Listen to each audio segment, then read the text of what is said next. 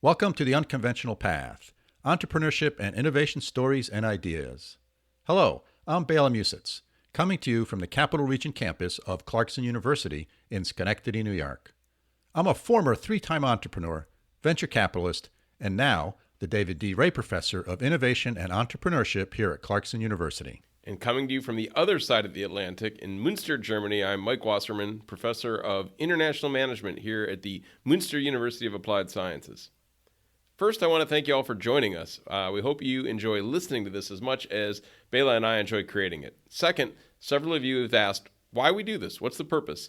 And it's certainly not to make money, but the two of us both like to learn from smart, interesting people about how the world is changing, how innovation and entrepreneurship are changing, and overlay our observations and compare them with the lessons we've each learned over 3+ decades as entrepreneurs, investors, managers, and professors.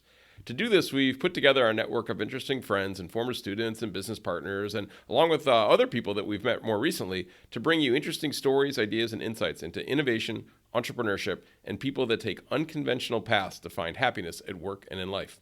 Before we get to today's guest, a quick thank you to our sponsors, Clarkson University and the Münster University of Applied Sciences. And now, let's jump right into today's interview with Will Miles. He's a young entrepreneur with an interest in financial services. Will is a student in my Clarkson University private equity class, and I got to meet him there. I thought he was very interesting, and one day after class, we were chatting about his entrepreneurial activities. And I said, hey, this would be a perfect podcast. So Will and I sat down for a little while, and I thought we had a great conversation. Let's get right to it. Hello, folks. Bela here. Today, my guest is Will Miles. Will is a student here at Clarkson University. He's taking my private equity course, which is where I met him. And as part of getting to know him, it turns out he's done some entrepreneurial things. So I thought it would be a great opportunity to sit down with Will and learn a little bit more about him and his entrepreneurial activities that he's done. So welcome, Will. How's it going? Glad to be here. Oh, great. Thanks for joining us. So, Will, tell us a little bit about your background. Where were you born? Where'd you grow up? So I'm actually from Alexandria, Virginia, just outside of D.C. I was born there, grew up my whole life there, including went to high school at Hayfield, if anyone on here is familiar with that area. Growing up there, I was involved from a young age. I played a lot of sports growing up, as well as I ended up doing Boy Scouts. I'd say my entrepreneurial interest kind of started somewhere around the 8th or 9th grade. I started a real small end landscaping, lawn service type business, and ended up growing that through high school a little bit. And I really got into snow removal. The very rare times we had snow, that was pretty much where it started when I. Wow. So was this this lawn care, snow removal business, was this on a contractual basis, or when it snowed you go knock on doors and say you want your driveway shoveled? So at the beginning, that's kind of how it was, but then after that, what I did was I ended up building a client list with agreements that if it snows, pay this amount and X amount of hours after the snow has fallen, we guarantee your thing will be shoveled. So the peak of it came actually my senior year of high school when we had back-to-back storms. We ended up with 30-something inches, which, if you're familiar with the area, that's unheard of. In fact, the entire county I live in only owns one snowplow. So when it snows that much, it's quite an issue. So I saw the forecast, saw this was coming. I was like, all right, this is it. So we went and we set up all these contracts. I ended up putting together, I think it was 3 or 4 different work teams to go shovel and blow out all these driveways and sidewalks. Because it's actually legally required you have your sidewalk clear within 24 hours of snowfall, at least where I live. So we put all this together, and then we had all these contracts, and then everyone went out and did it. And then I sat there and realized, I was like, wait, everyone else is doing the work. I don't really have to do anything. So that's what kind of opened me up to the idea of owning your own business and growing it. Well, you were doing work, you just weren't doing the shoveling. Yes. It was definitely... Organizing and getting the crews together and getting them dispatched is a lot of work. Mm-hmm. So my grandfather always told me from a young age the best way to succeed is to do a blue-collar job with a white-collar mentality. So that's kind of the approach I took to this. There's definitely going to be a need for this, and this is a very blue-collar job, obviously, shoveling snow. But if you took a white-collar mentality to it, you had a lot of opportunity to make money. Right.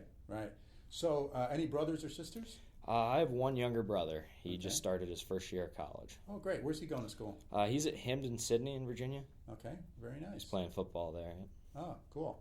And so you started this landscape / snow removal business in high school? Yes.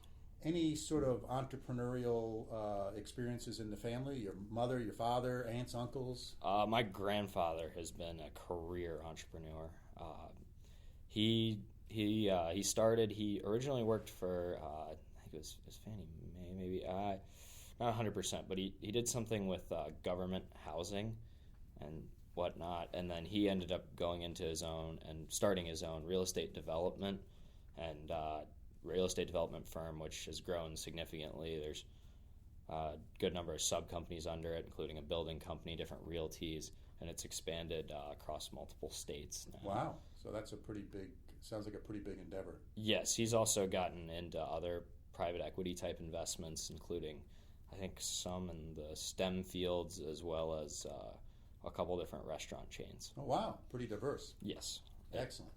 So how big did this landscape business get? Was this big two storms sort of the big event in its life?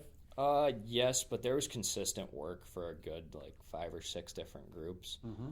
I would do consistent mowing, that kind of. So you had 5 or 6 different crews, basically. Not crews, 5 or 6 different contracts. It wasn't quite that scaled. I did work other places in high school, so that sort of limited it. Okay. What other kind of places did you work? So growing up through my senior year of high school, I was a mate on fishing boats, charter fishing boats. Really? Yes. Yes, it was quite the experience. So you're baiting hooks, doing all the real dirty work, tangles, and cleaning fish all day, and that was interesting. It definitely, I'd say that's the furthest I would ever go to, in forms of a consumer interaction based role, because some people, my job was completely tip based, so I was dependent on how much people were willing to tip me, and it was out of their generosity. So very inconsistent income. Yes.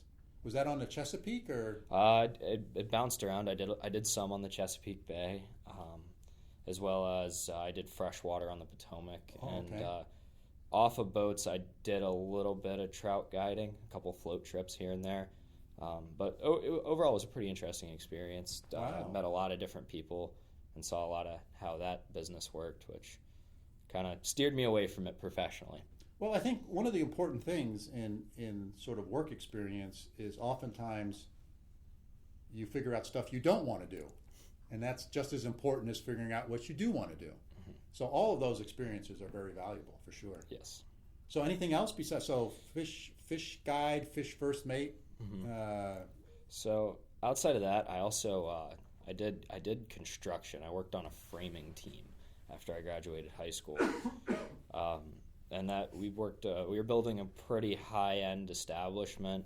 We were actually building the residences around a 5-star hotel that were attached to the hotel. So that was pretty stressful. The quality of work had to be very, very high, especially with the prices of the homes being some of the highest per square foot values in the state of Virginia, and for that matter, the East Coast. And you said you were part of the framing crew? I did framing, and then once the framing was done, I did transition to some interior carpentry and some of that.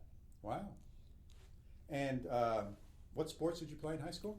I played 3 sports. The 2 more serious ones, I played basketball and I played baseball. I ended up following baseball at college. That's since ended, but... Okay. And so after high school, traditional route, straight to college? Yes, straight to college. I ended up out of college. I went and played baseball at Christopher Newport for my freshman year, and then I transferred up to Clarkson, played here, and arm's kind of out of it now, so moved on. I'm playing a little bit of football now, enjoying that. Okay. But yeah. And what made you pick Clarkson? Or actually, it sounds like you went someplace else first? Yes. And describe that place? Christopher, it's a bigger state school. I wouldn't say it had a direct fit for me. Okay. What was the name of it again? Christopher Newport. Christopher Newport in Virginia? Yes. It just wasn't the right fit for me personally. I don't know. I didn't find myself aligning very well with a lot of the other students there, and I didn't feel like it was the education was geared directly towards what I wanted to do.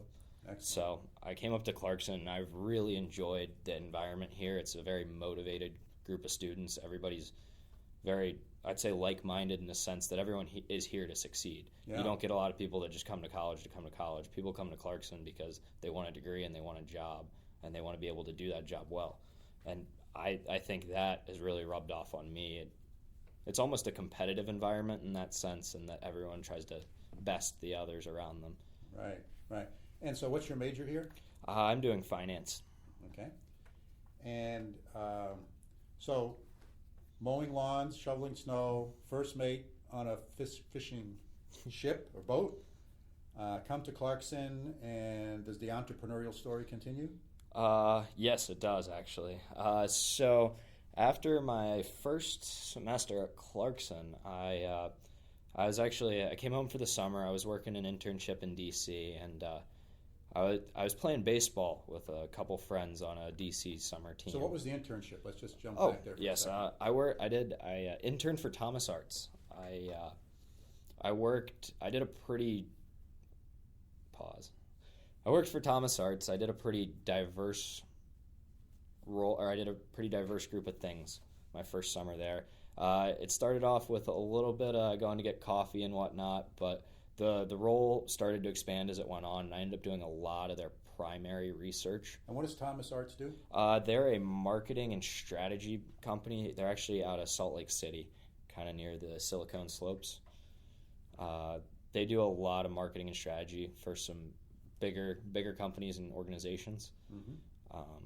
So I got to do that. I did a lot of their primary research that first summer, especially with new client acquisitions and stuff like that. I'd look into how the company's doing, what areas they're strong with, and kind of break that down, as well as I'd look into financial records, current marketing campaigns.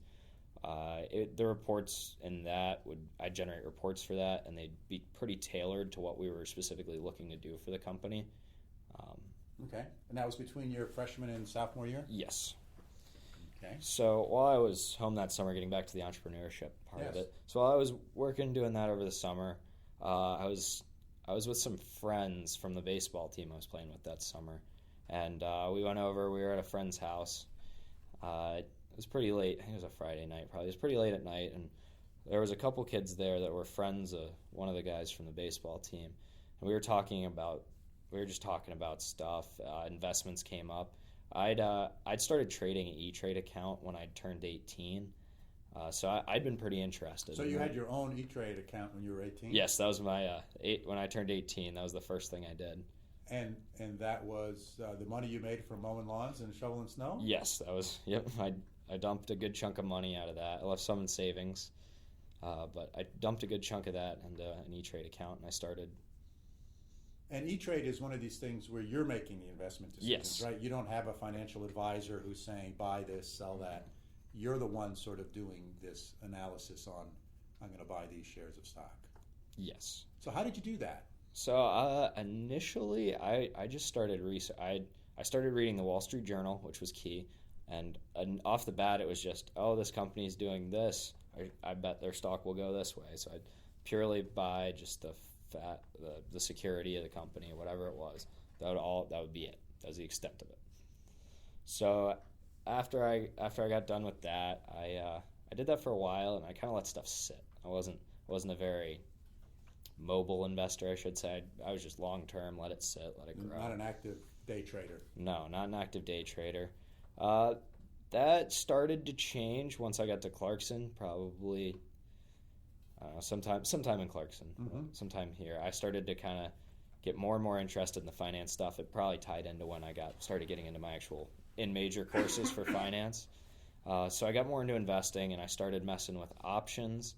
And outside of E-Trade, I also got a little bit into the commodities. I traded silver for about a month and a half, but that was a little too high stress for me. When you're running out of class because you got to go dump a trade, that's not exactly the best way to live, especially at college with all the other stress you already have on top of that. So kind of got a little bit of exposure there, and then I got into options. And very, very randomly we'll trade an option. It's got to be pretty. So you're all self-taught in this? Yes, it's a lot of just research and reading, YouTube videos. You could teach yourself way more than you can imagine off YouTube alone. Yes, YouTube is a remarkable repository of all sorts of things. Mm-hmm. And the best part is it's all free. Yes. So there's a lot of very gimmicky like options trading courses you can find on the internet and stuff. You like, pay me $200 a month and I'll keep you in the loop on this. But truthfully, I think you can get all the fundamentals you really need for that kind of stuff off YouTube, and you can grow those skills with experience. I think the biggest thing I learned is that you're not going to win a lot of them, but make sure the ones you do win pay for the ones that you lost. Right. Just like the venture business. Absolutely. Pay for the ones you lost and some. So you're a student here at Clarkson. You're doing some trading, some options. The story of what keeps evolving? Yes. So we're sitting there, and there's four of us actually that were there. So there's these three other folks trading with you as well? They weren't trading. They were just the people I'd met that night. Got it. I was the only one with significant trading experience. The other couple, one had done he was a political action trader. He only traded based on political actions and laws. He did that. He was very new to it, I should say. And then the other two were both very, very smart kids. They were both in the computer science realm. They were very code heavy, and they were really interested in artificial intelligence. And I don't know how we got to it, but we talked about the possibility of artificial intelligence being applied into the trading, which at the time was being done nowhere near at the level it's being done today. So we got into it. After that night, we were all kind of sitting there thinking, and then we started a group chat. I think it was a day or two later, and we talked about the prospect of actually starting a company or building a product that actually did this, that managed a portfolio based on artificial intelligence. So the product would actually manage a portfolio as opposed to give advice to somebody to manage a portfolio? Yes, it would be done completely autonomously. So it's completely electronic trading? 100%, all through artificial intelligence. Okay. So you guys talked about starting a company to do that, and then what happened? About a week and a half later, we had an LLC agreement drawn up and signed, and NDAs signed as well. Between the four of you? Between the four of us, and then I think it was like not even a month later, we had 3 contracted coders that were all NDA and contracted in. Okay. Yeah. So you got this partnership of four individuals. 2 of them are computer geniuses. And then the other one had decent computer experience with minimal trading experience. And you're the one who sort of understands the trading game. Yes. Okay. And keep going. What happens next? So everything gets signed in. It starts growing. We ended up developing a product that 7 or 8 months later, we had a working product and prototype that ran a paper trading account. So you'd set up sort of a practice account with not real money in it, not really buying stocks, but just pretending. And we set up a good way to test the theory and the algorithm. Yes, and it managed that paper trading portfolio for 4 or 5 months, 6 months, something like that. So I don't know a lot about this. So you basically set this up and you hit the go button and it just runs and takes care of everything. And we would pull reports every here and there. And you just kind of watch. We'd pull reports here and there, and we tweaked a couple things based on what we saw in returns and whatnot. But for the most part, we just let it run for that given period of time, and then. And the idea was to sell this at a product, or was the idea for you guys to use this to invest your own money? That's actually where we had a large disagreement. Okay. So a couple of the other members going into this, they had, especially for college kids, had ridiculous amounts of money on hand to throw at this. Tens and tens of thousands of dollars to throw at this. And personally, I was not as fortunate in that circumstance. So I was of the opinion we should license this, sell this, whatever. We'll make way more money using other people's money than we will putting our own money in. But others with a lot of their own personal money thought that it would be a better long game just to put in our own personal money and have it manage a portfolio of 4 or 5 people. So before we get there, you guys ran it for about 4 months. Yes. And what were the results? They were very, very positive. Like, I think we had a 22% return on investment in 1 quarter. Okay, and so what's the time horizon on this? Or calendar? When was this going on? What year? What month? Approximately. This was back. What was it? This was when it really jumped. It was last winter. Okay. Like the first and part of the first and second quarter. So the market was doing okay, if I remember correctly. Then market was doing well. Yeah. Market was doing very well. So if you just invested in an index fund, you'd be doing okay. Yeah, absolutely. And was there a particular sort of category of investments you guys were doing? It was pretty broad. It was mostly just securities. It was pretty broad. Mm-hmm. But there wasn't a real focused group of companies we targeted with it. No industry that you targeted. No geographic sectors. No. And were you doing short selling and those types of things, or just basically buying and selling stocks? Pause. Okay, don't go there. Yeah. Okay, we'll cut that out. Yeah. So you ran this thing for 4 months? Yes. Sounds like it did pretty well. Yes. And then there was sort of, as there often is, when there's either success or not success, yes, there's some challenges in the partnership. Yes. That's when it started to fall apart. So we actually had the 2 original tech guys. Both of them liquidated their equity. Okay. I think one was before we even launched the prototype. The other was during the prototype's launch. He liquidated his equity. The first one just was not going to have time to fully run the company, and he wanted to get out before it really ran up a charge. I think he was pretty pessimistic on the actual possibilities of it. The one that got out during the prototype, I don't know. I'm not 100% why he left. Yeah. I don't know. I think it might have been a relationship issue with one of the other partners. Yeah, those things happen. Yep. And then so I noticed both of them go. The second one definitely made me question some stuff. I was kind of wondering why he left so abruptly, especially when we were seeing positive results. And then come to last summer, I wasn't technically the manager. We assigned a manager in the company.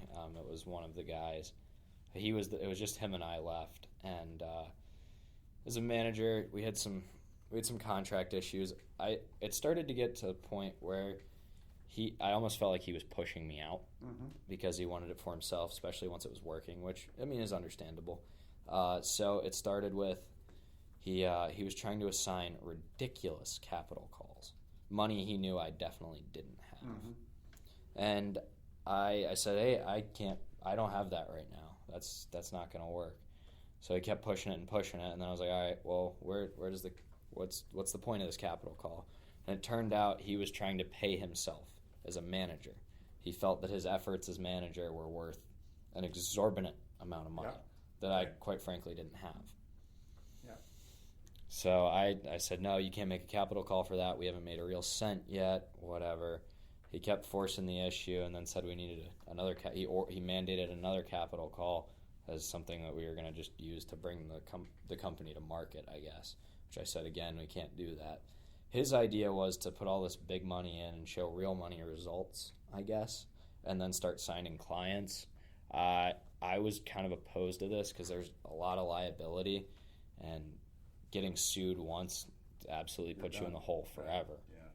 Especially in that kind of business, dealing with other people's money. So my thought was to bring this and sell it off or license it to another company that could use it, and all the liability from investors would be on them, not us. So if you reflect back on this episode of your entrepreneurial endeavors, what sort of lessons do you think you learned from it? Well, off the bat, 100% whenever you sign an LLC agreement, make sure you get it checked a couple times. I had it looked over by a lawyer. I should have taken it to a second. The thing I learned there was in one of the clauses, I was in fact required to meet these capital calls in order to stay in. Yeah.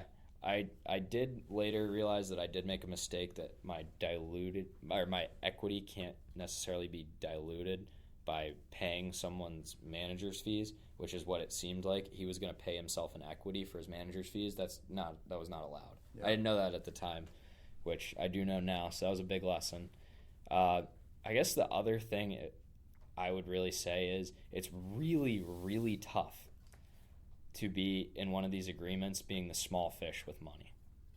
Because as much as you want to really have an impact on how things are done, at the end of the day, if I actually wanted to take all this to court, he has enough money where his lawyer could just filibuster and run me right out of money sitting in the courtroom.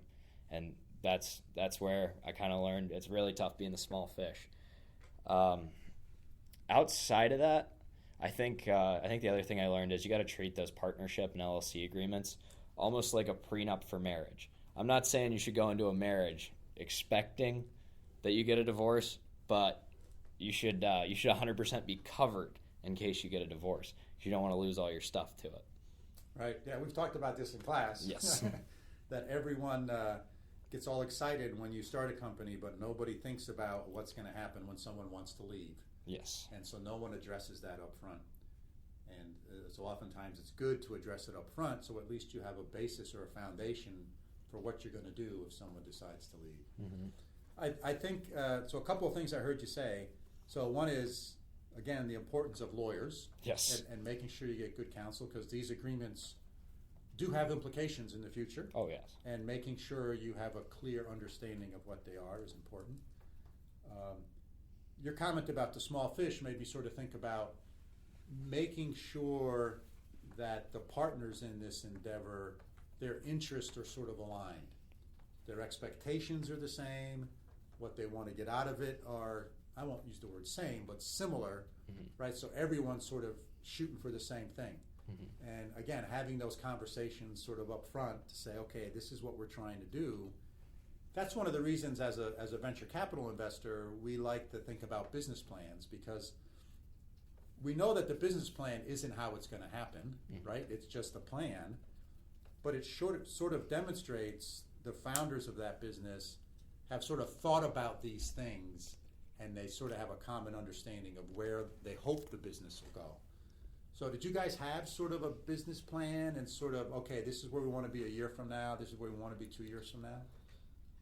We had that with all the technology, and we hit all those goals. Our biggest issue was I was definitely the only one with any real business experience on that side of things.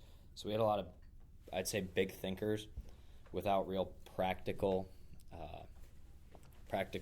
use for all that. Yeah. So they'd have these huge ideas, but when it broke down to really small stuff, they wouldn't quite get it. Yeah. So that chapter's sort of behind you now? Yes, I sold off all my equity. Very happy to be out of it. I haven't really kept up with it because I don't want to be super disappointed if it gets sold off for a lot of money and I didn't touch any of it. Well, another good lesson learned, right? Another lesson of, hey, I mean, you learned a bunch of stuff there, which is important.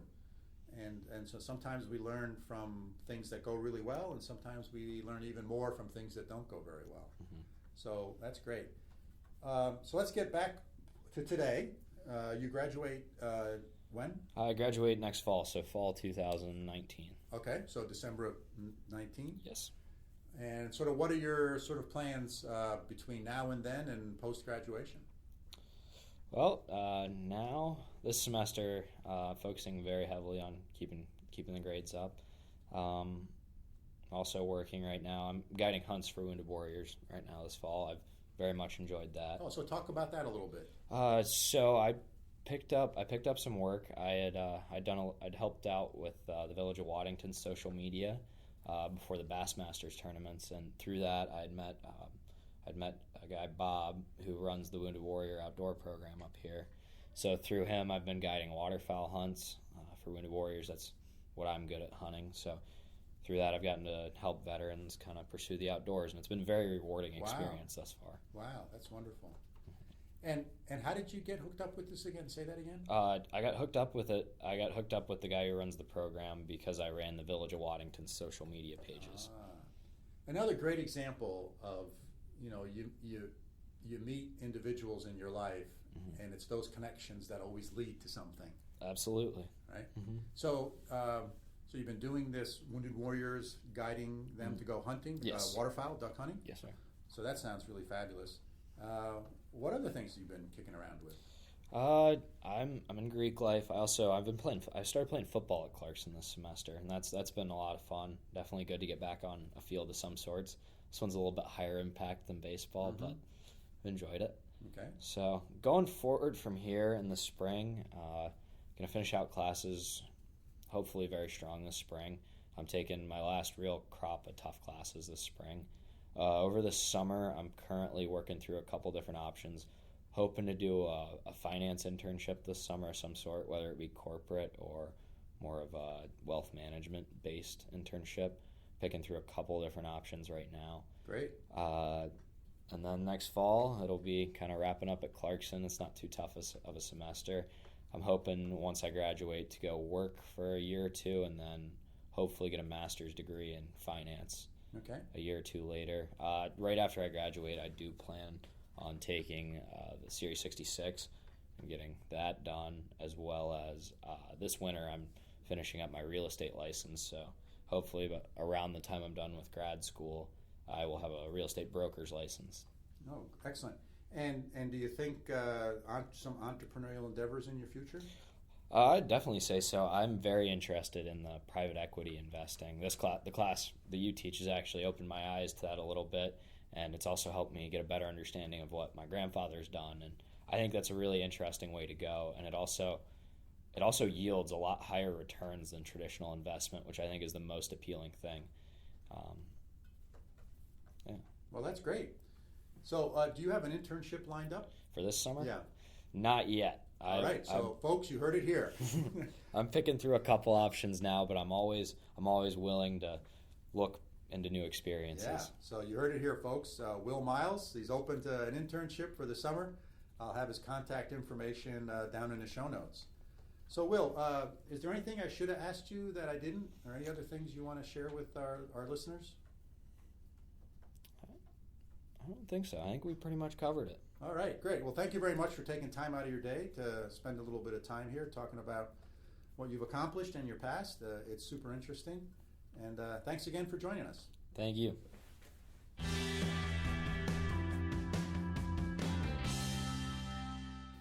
Hey, Bela, that was quite an impressive young man you brought on here. Thanks for bringing Will on the show. No problem, Mike. That was a fun interview. What did you think some of the highlights were? I was listening to this on the bus on my way to work, and three main thoughts really hit me. And first, this was the type of students that I love to see. Someone who is really, truly at university because he wants to be there and he sees the value in it. So he's really extracting everything. He had this kind of balance of academics and athletics and the social part, and just seems like he had everything in balance. That's just something I think that leads to a great career right off the bat and long-term career success. Second, I love that he took advantage of weather-related opportunities in his early entrepreneurial career. I actually was in D.C. for that snowstorm that he talked about and helped some of my friends dig out. And it was the most amazing thing. I lived there for 5 years, and I never saw snow like that.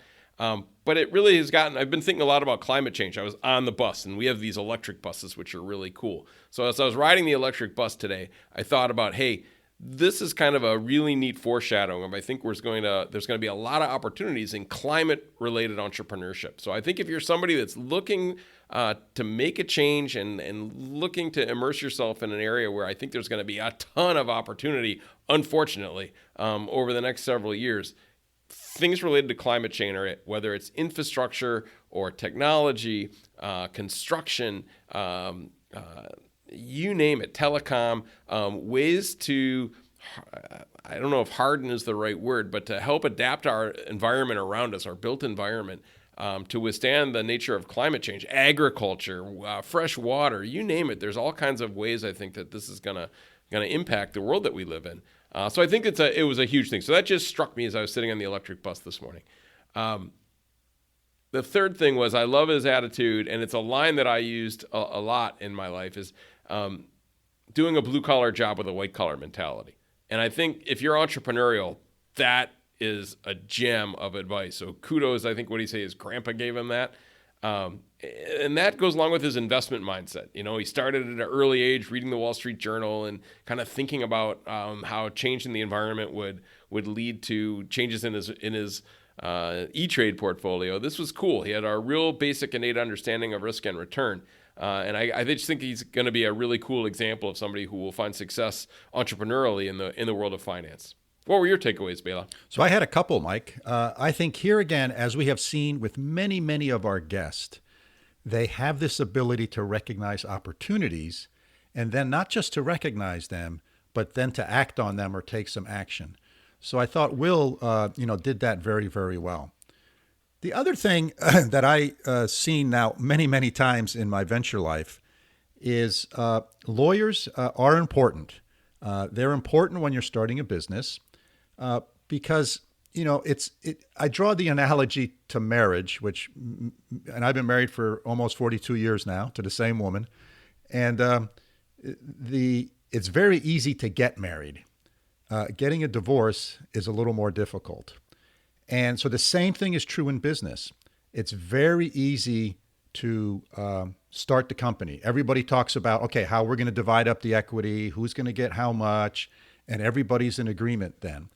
And then when one person maybe wants out of the partnership, or one person doesn't feel they got a good deal, you really have to have sort of the prenup, which defines the various different things that will happen when the company breaks up or when a partner and founder leaves. So you have to make sort of the exit of the business also defined up front. Because when you're starting the business, that's the time you'll agree on all those things. When you're actually in the throes of maybe dissolving the business or someone leaving, then the emotions are high. And at least if you have sort of a prenup or a breakup agreement, you can look back to that and say, well, this is what we all agreed to 2 years ago. And maybe you won't stick to it. You can always change it, but at least you have a basis to start with. And that's really important. I think that was one of the big lessons that Will learned too in his most recent journey, is that, having an understanding of what you're going to do when things don't go well and someone wants to leave, and having some parameters around that is really important. And again, that's where a lawyer can help, because a lawyer has seen this a lot. They sort of understand what the best practices are, and they can help you set that up. So I think that's another and Will learned that in his 20s. Will learned that in his 20s, which is awesome. I didn't learn it until I was in my 40s, and it was the hard way. Yes. Yeah, that's the way most people learn it, is the hard way. And, so that's one of the things we try to do here is share some of those lessons learned with our listeners. And it is really important. And here again, that's where finding a good attorney, not just to help you set it up, but to also understand how you're going to dissolve it, is really important. So let's wrap this one up. Sure. We are thrilled that you joined us today in our podcasting adventure and our visit with Will Miles. We hope you found the last 45 minutes or so interesting and thought-provoking. As usual, we have two small requests. First, if you have questions about what we've discussed, suggestions about topics or potential guests, please get in touch. Our email is bela.and.mike@gmail.com. And second, if you like what we're doing, please hit subscribe on your podcast app if you haven't done it, or even be radical and consider writing a quick review for us. If you know others that might find us interesting, please share us with them. Hey, so that's it for this week. Thanks for spending time with us. We look forward to you joining us for our next episode. Signing off from historic Schenectady, New York. See you next week, Mike. Thanks, Bela. That's great. And that's it from here in Europe, in Münster, Germany. Have a great week.